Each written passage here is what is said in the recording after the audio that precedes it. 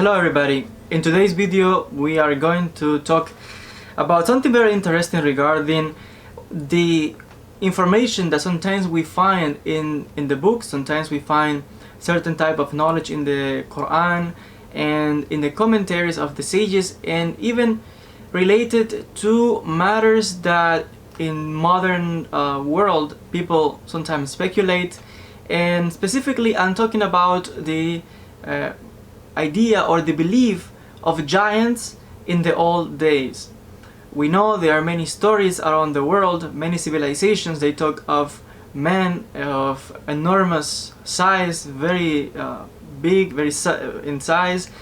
And when we examine the text, the religion, the history of the monotheistic religions, specifically in this case, which is my field of studies. As many of you know, I am a historian, and also I'm studying a degree also in religious studies. So my specialty is the three monotheistic religions: Judaism, Christianity, and Islam. And when we at the university look at these documents and we look at certain stories, scholars don't know what to make of what the texts tell us. Of course, from a believer point of view is something, but from an academic point of view is different. And the historians, the archaeologists, the anthropologists don't know what to make of stories when we find in the documents about information about men and people and civilization of giants in the old day. This goes back to the time of the Sumerians in what is today Mesopotamia, what is Iraq.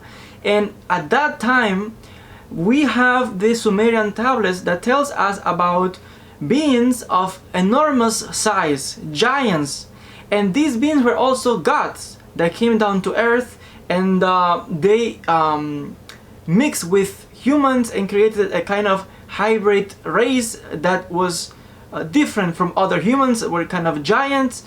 And we have stories like this, like I said, even when we look into the Egyptian civilization, the Egyptian religion, the Egyptian history, we look at the hieroglyphs and the scrolls from the time of the pharaohs, and the descriptions that they give us of their gods and previous kings is totally amazing, because they talk about kings and beings of enormous size, giants, but sometimes they even describe these beings of a size even higher, tallest than what we think in our minds of giants today. Meaning that the descriptions that they give us are people of an enormous size, like no human being that we have ever seen like that. So historians don't know what to make of this. And what is interesting, of course, they in the academy they kind of rationalize and they say, okay, discard this maybe is mythology. But when we look carefully into specifically the monotheistic religions, we find similar stories that for the believer these are taken seriously and are accepted as true. And when we compare the holy books of Judaism, Christianity, and Islam, we find the connection with these stories. For example, we have in the Quran, in the surah number 4, An-Nisa, in the verse 84, is, and I will quote from it, there's a commentary that adds to this verse from the Quran, and I will read like this. It says, surah number 4, verse 86. So when you are greeted with a greeting, greet in return with what is better than it, or at least return it equally. Certainly Allah is ever a careful account to taker of all things. Now there is a commentary that explains from where this instruction came from. And the commentary is taken from Sahih al-Bukhari, and it says the following. And this is very interesting because it explains, and it says, narrated Abu Hurairah radiallahu anhu that the Prophet sallallahu alaihi wasallam said, Allah created Adam in his image, 60 cubits, about 30 meters in height. And when he created him, he said to him, go and greet that group of angels sitting there. and listen to what they will say in reply to you. So Adam went to them and said, Assalamu alaikum, and the angels replied to him, Assalamu alaikum wa rahmatullah. And the hadith says that the angels added wa rahmatullah. Now, what is interesting is that, as we saw, it says that Adam was created 30 meters of height. And then it continues like this. The hadith says, whoever will enter paradise will be of the shape and picture of Adam. Since then, the creation of Adam's offspring, the stature of human beings, is being diminished continuously up to the present time. Sahih al-Bukhari, volume number 8, hadith number 246.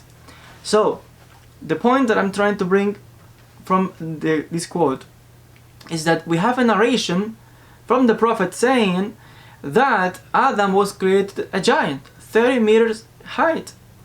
And only that is saying that from that time, the offspring of Adam, mean all of us, human beings, has been diminishing in stature up to the present time of the size that we have right now as human beings. So we have here a narration that is telling us that in the beginning, the first man, Adam, was created a giant.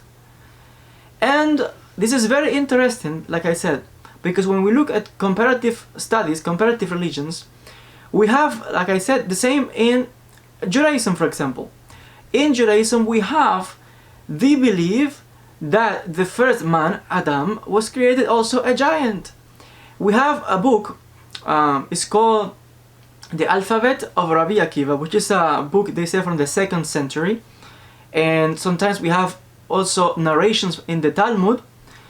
And it says that the first man, Adam, was created so tall, like the size from the earth to the heaven. And when the angels saw this, they complained to God. How could you create such a man? He was awesome, big, and the angels were afraid. So the angels kind of complained, and they says that God touched the head of Adam, and Adam was diminishing in size, up to the size of normal human beings. And like this, we find many stories. For example, we have also in the Torah, that it says that in Genesis chapter 6, it tells us of a time before Noah, before the flood, that the sons of God came down, and they took women as wives, and they have offspring, and their offspring became known as Nephilim. And the Nephilim were giants. Now, there's this son of God, the children of God, how the Genesis is telling us. Some scholars interpreted it to mean that angels came down and took human shape, and they took wives, and they have children. That was a hybrid mixture there of spiritual angel and human beings, and their children became giants. And then we have how the book of Genesis tells us the horrible things that they used to do, these giants, these Nephilim, and atrocities. So God saw the violence on earth, and He brought the flood. Now this is from this Jewish side.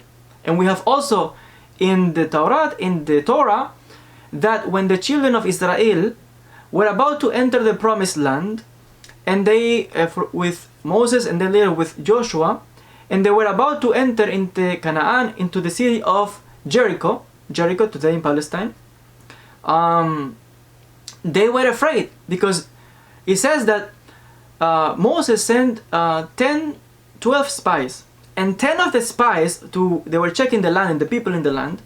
They came back with a story, an amazing report of that the people from the land were of an amazing size. They were giants, and they said, we are really afraid. We cannot go against these people because we are like grasshoppers in front of them. They are giants, and the earth devours the people. So we have here another narration that tells us, long after the flood, that there were giants living in the land of Canaan, in the city of Jericho specifically, in many other cities, but this is the story where it takes place. And also, even at the time of King David, we have narrations that tells us from the book of Kings and the Chronicles, other parts of the Hebrew Bible, the Bible.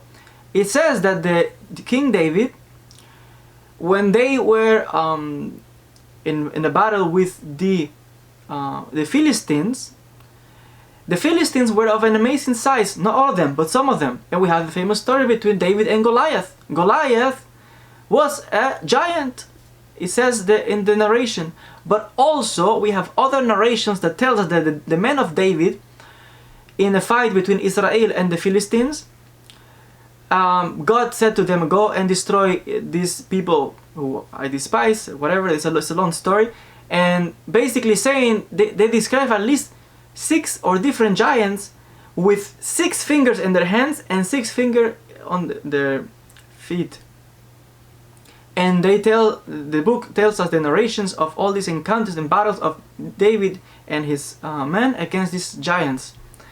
So my point with this is that we have in the 3 monotheistic religions, because Christians also, this is part of the Christian Bible also, and we have other narrations from the Christian authors and like I said, in many other religions, but specifically in the monotheistic religions, Christianity, Judaism, Islam, we have this connection of stories of, in the old days, how they tell us of human beings of enormous size, giants. And the farthest we go back in time, up to the beginning, to the time of Adam, they say that they were of bigger size. And with time, human beings the size has been diminishing. Something interesting about this, that the scientists have a similar theory concerning to animals. For example, we have the dinosaurs that were also an amazing size. And some people say, look, this is what people who believe in evolution, they say, in the old days, these kind of animals, the same with men, were of enormous size. But with time and a change in the atmosphere and the sun and the light and this and that has certain influence on the earth, and then the animals and everything has shrinked, because even certain trees were of enormous size. Everything was of biggest enormous size. That's why certain trees are really, really tall. But we have this kind of theory going on also within the field of the scientific knowledge, and similar stories and ideas that match with what we have in the texts of the Quran, of the Torah, in the Talmud, in the Christians' documents, and other traditions. That it seems to be that human beings and animals and other forms of creation were of enormous size, and with time we have shrunk and become smaller. Some people believe in this, some people don't believe in this. My point is not about belief here. I'm just explaining a point of what we have in ancient documents, and important documents, because these are documents that are part of the belief of millions of people. And it's something very, very interesting to consider and to question, like, why then, if we were of such enormous size, why God has decided to make us smaller? Why we were that size and then now we are smaller? And it's a good question, I think. I don't know the answer, but I think it's something to dig more, to research about it. I'm really fascinated with this topic, and I will continue to doing more research and look into other hadiths and documents and Islamic documents. And something to mention briefly is that we have also this kind of belief in the Arabic culture, pre-Islamic Arabia also. In Al-Jahiz, the famous Muslim scholar, mentions that there is this belief that certain families, tribes of Arab families, they claim that they are descendants of angels or jinns that came down to earth, and they took human shape like a man, and they took women as their wives, and they have children, and they have hybrid children, and they claim that they are descendants from these people.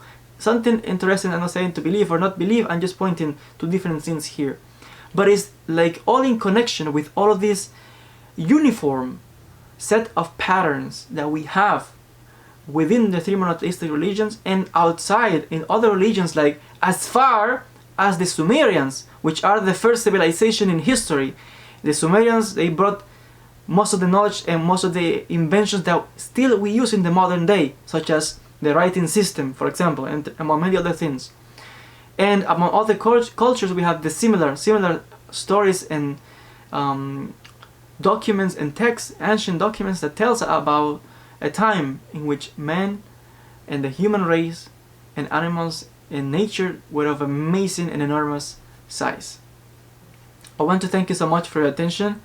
If you have something else to add about what I've just commented here, if you have more reference and information, you are welcome to leave your comments. You are welcome to